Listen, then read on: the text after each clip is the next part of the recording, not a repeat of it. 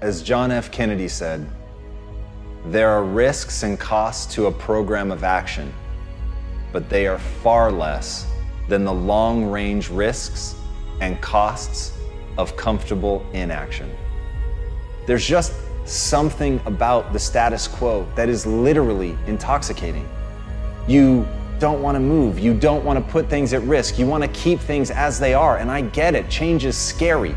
Change may be one of the single most paralyzing elements that we as humans face. That in your space, in that little area that you've carved out for yourself, it may be small and it may keep you less than you could be, but God damn it, does it feel good?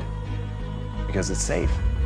Because you know your enemies, you know where everything is at, you know all the things that you need to know to feel comfortable. But in that comfort is a world that shrinks around you, is a world that literally is forcing you to confine yourself to the size of that box. It's making you only as big as the space that you've allowed yourself. So whatever change you refuse to embrace, not only does it freeze you in time, but it stunts your growth. And if you want to become something, that is literally the act of changing. It is literally the act of rebirth, of making yourself something new. But in that, you must face the terror of change. You must face that you may fail. You must face that you may embarrass yourself. You have to face that in the unknown could be the worst. But unless you're able to do that, you'll never get to taste the vastness of living outside the box, that merely having a life that isn't confined is in and of itself far more interesting and beautiful than anything could ever be when it is locked in one place. When you have a box that has no windows, your world can be nothing but a wall. But when you have a window, when you have a door, that becomes an entryway into something completely new. And as Pablo Picasso said, action is the fundamental key to all success. So if you want to succeed, if you want something more for your life, you have to be willing to walk through that door. And if you're in a box that has no door, then you've got to be willing to kick one open. You've got to be willing to claw through feet of concrete if that's what it takes to get on the other side. But you've got to be willing to push yourself out of that comfort zone to find out what could be, to take control of your destiny and realize the fundamental human truth. Only you control what you can be. And if you want to escape, the one thing you need is belief. And as Phil Knight said, belief is irresistible. Once you believe that you can act in accordance with something that will actually help move you forward, once you believe to the core of your being that there is no one better suited to building the life of your dreams than you, then suddenly safety becomes the least safe thing that you could do. Suddenly, being in a space that is so narrowly defined is the only thing that's going to choke the life out of you. So the only real risk is not to have faith in yourself. The only real risk is to stay put. The only real risk is to play it safe. So my friends, find that belief in yourself. Take that risk. Act, move, do something, define a new life, build a new you. That's the key to success. Thank you very much.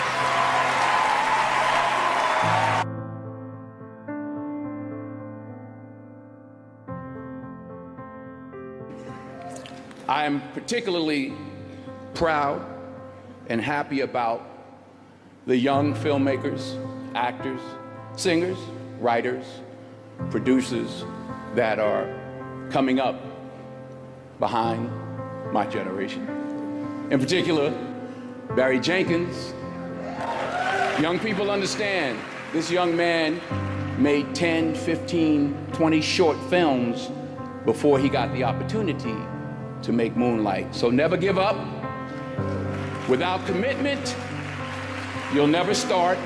But more importantly, without consistency, you'll never finish. It's not easy. If it was easy, there'd be no Kerry Washington. If it was easy, there'd be no Taraji Henson, P. Henson. If it were easy, there'd be no Octavia Spencer. But not only that, if it were easy, there'd be no Viola Davis. If it were easy, there'd be no Michael T. Williamson, no Stephen McKinley Henderson, no Russell Hornsby. If it were easy, there'd be no Denzel Washington. So keep working, keep striving, never give up, fall down 7 times, get up 8. Ease is a greater threat to progress than hardship. Ease is a greater threat to progress than hardship. So keep moving, keep growing, keep learning. See you at work. I moved to California with $700 in my pocket and my toddler. And I have to fight the good fight because people are telling me I can't. You can't do this. You can't. Are you crazy? You're moving to California with your son. You'll never make it. I was 26 when I decided to come here. There's the age thing. Oh, you're too old. If you listen to people and if you allow people to project their fears onto you, you won't live. What if I believed those people who told me that when I became pregnant in college that I wouldn't finish? I walked across that stage with my son on my hip and I collected my degree, my diploma. I didn't hear the naysayers when they were like, you're too old to go to California. If you don't hit by 25, you're not gonna make it. I will be 46 this year. I am just touching the surface. I am just getting started. I feel like most of the people I know are like way ahead of me in life by now. And you know, I've messed up on college a couple times. And I just can't really see myself being successful anymore. You've got to do something different, right? I definitely have to do something different. Otherwise, I don't think I'll make it to 50, you know? Yeah, because really, you're wasting away, right? Yeah. Are you really in control of your life? Because you know, only about 3 or 4 people out of 100 are. You can change anything you want. And you can begin like that. All you have to do is understand how to do what you already know how to do.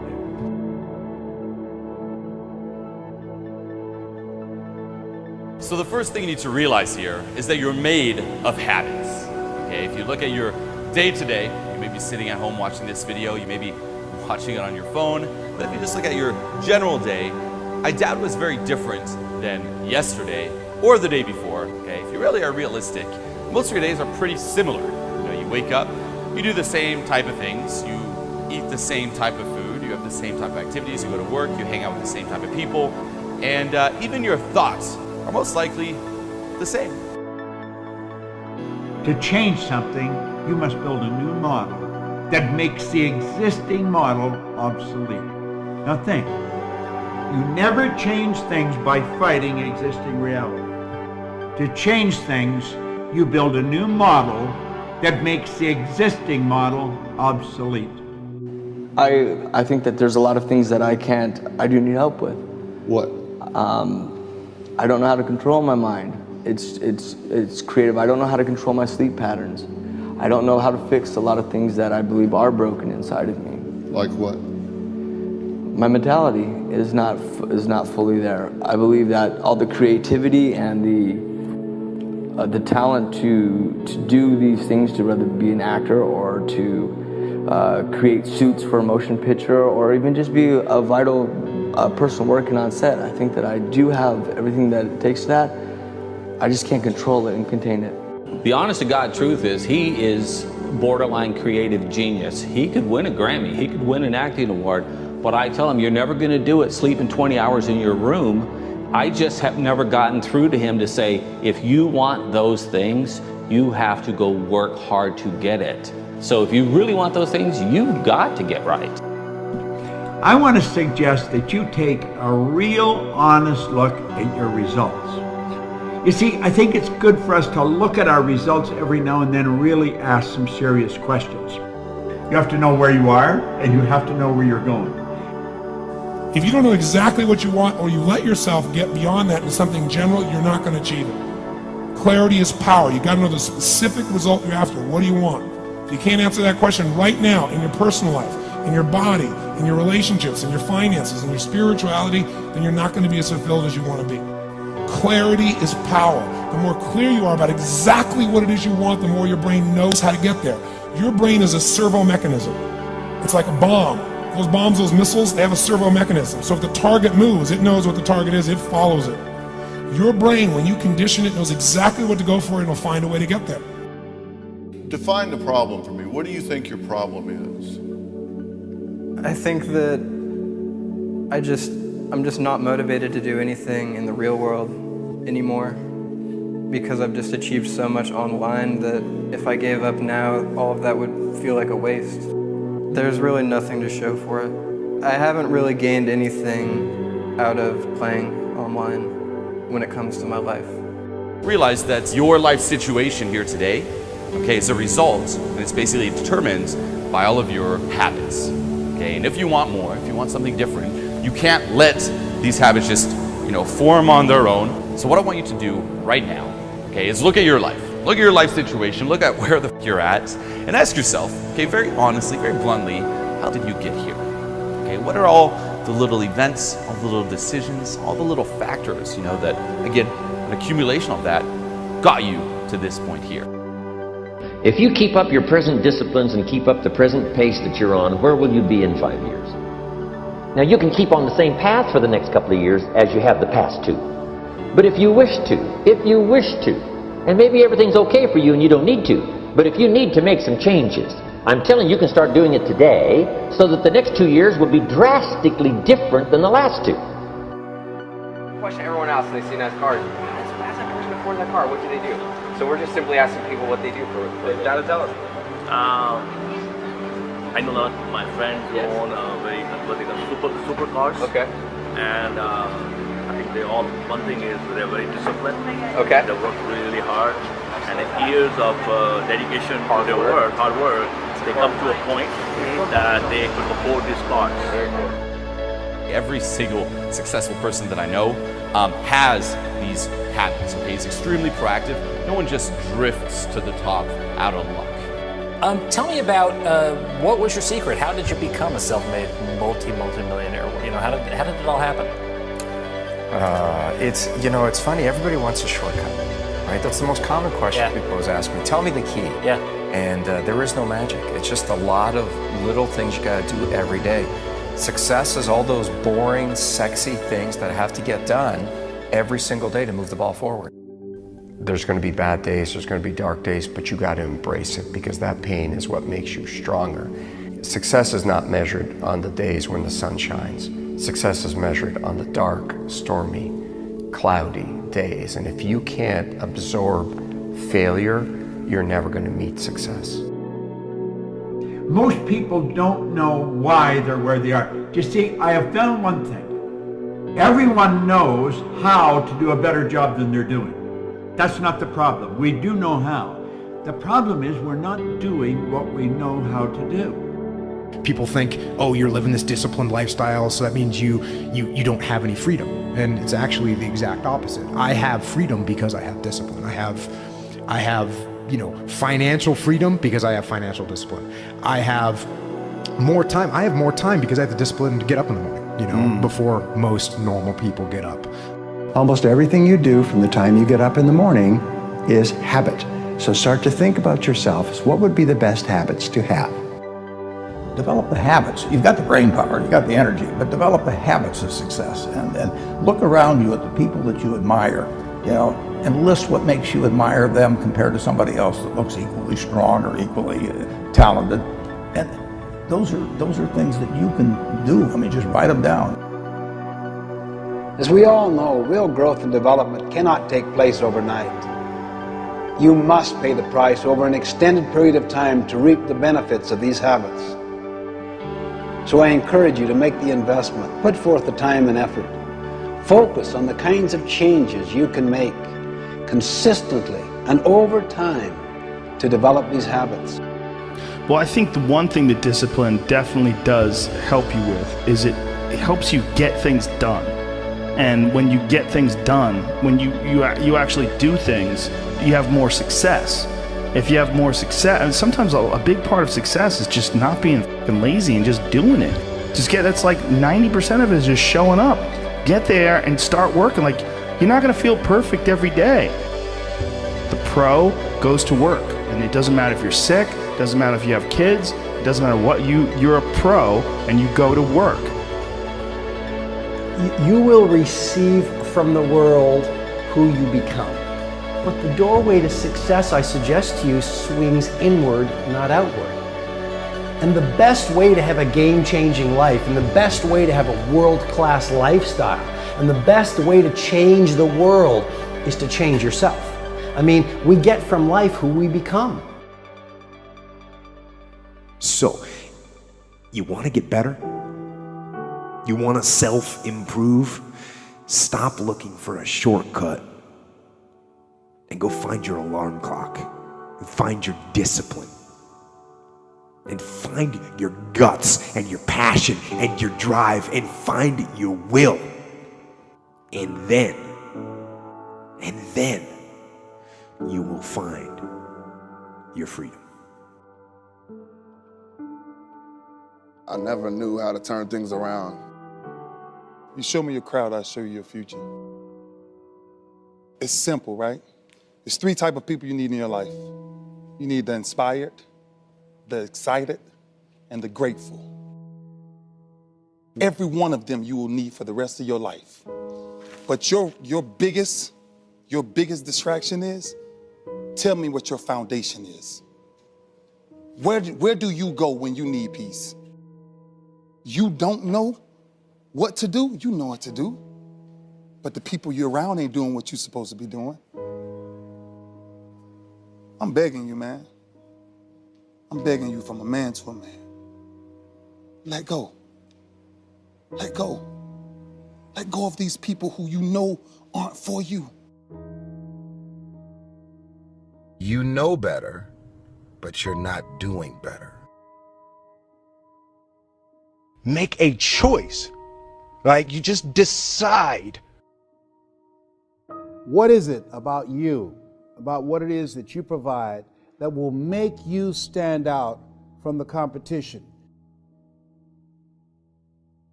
Think about yourself. Think about your goals. Think about your dreams. Being in a great house does not make you great. It's one thing to have great parents, but that doesn't make you great. It's one thing to work for a great company, corporation that's great, but that doesn't mean you're great because you're in that great house or that great corporation or that great church or that great family that you're a member of. You're either adding to the greatness of that family or you're diminishing it. And they said it's possible to be in a great house, but you not be great. You not be gold. You not even be silver. You not be brass. You just be dirt or clay. A lot of people think that wealth makes you great, but it's a lot of wealthy people who are not great people. On the other hand, poverty is equated to greatness in a lot of people, that if they have nothing, they must be great. You're not greatness. Your greatness is not based upon your income. There are some people who are good at doing, but they're not good at being. Greatness will cost you something, not somebody else. It'll cost you something. It's going to cost you some time. It's going to cost you some energy.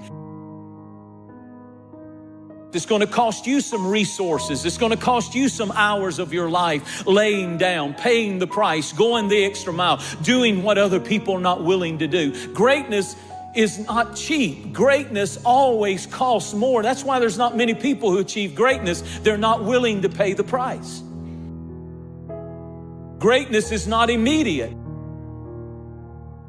In other words, greatness takes time to develop. You can't just run in your room and come out great. Greatness is not immediate. You got to stay with it. You got to stay at it. You got to keep working on it. We give up too quickly. Greatness is not common. Greatness does not have to have the approval of everyone. And if you are the kind of person that will have to have the approval of everyone and understanding of everyone, you'll never achieve greatness. Greatness is uncommon. You cannot have the approval of everyone and be great. And the sooner you understand that, the sooner you'll do great in life. You're always going to live your life at the lowest common denominator of your friends if you don't watch it. You can't believe one way and live another way and be great. Greatness is living what you believe and living up to your potential. Usually you will not discover greatness in a person until they go through hardship. It's the hardship, the crisis, that brings greatness out of people. There's something inside, an internal reservoir that won't lie down and stay down and whine and call their most 3 defeated friends and have a pity party. But there's something about a person that when the waters get troubled and all hell's breaking loose, greatness will step up to the crisis. Sometimes that will set you back 10, 15 years, or you can listen to that advice and it can catapult you to a place of greatness. But you must be teachable to be great. You never come to a place that you cease from learning. Great people never stop learning. People who are very skilled at what they do, they still want to learn. How do I get better? How do I get better? One of the qualities of greatness is it's always wanting to get better, wanting to learn more, wanting to know. People who are not good are not open to instruction. To be great, you have to be able to receive correction. You have to be able to be told you're not doing this right. And you have to be able to be told that with a good attitude. Keep a good attitude. Who do you want to be in the world? Who do you want to be? Not what do you want to do, not what do you want to achieve. Who do you want to be? What is the kind of person when they're reading your eulogy? What do you want the words to be said about the kind of person you have been in the world? Do you know the answer to that question? Do you know the answer to that question? I'm asking that of everybody. Do you know what that is?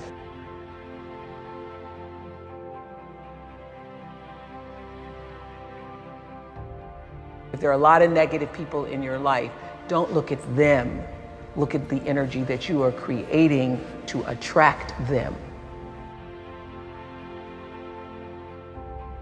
Don't look at them, look at yourself. What are you doing to draw those people? Because if you are surrounded by negative people, there's a part of you that's willing to tolerate that. I'm telling you, the negative energy will change. And when you become that force for yourself, you won't allow it. I don't care what their title or role is in your life. You just really won't. You just really won't. Sometimes you have to divorce your friends and divorce your family members. And if you handle them with love in doing it, they will come back. You will have an opportunity to reconcile. I speak from what I know. But I've had family members for whom I've said, I will not allow you to treat me this way.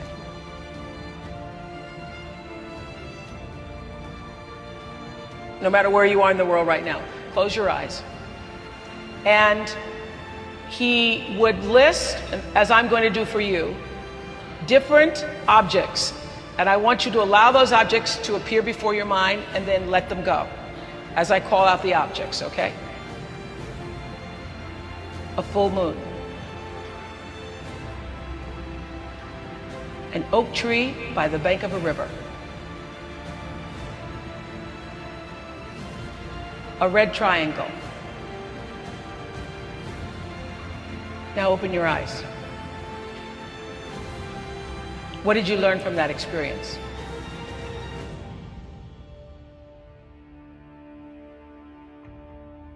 The observer of the red triangle, the full moon, the tree by the river, is the same observer who observes all the thoughts that come in and out of your head all day long. And just like you could let the red triangle and the full moon come in and out of your mind, you have the same control over all the thoughts that are jamming you up all day long.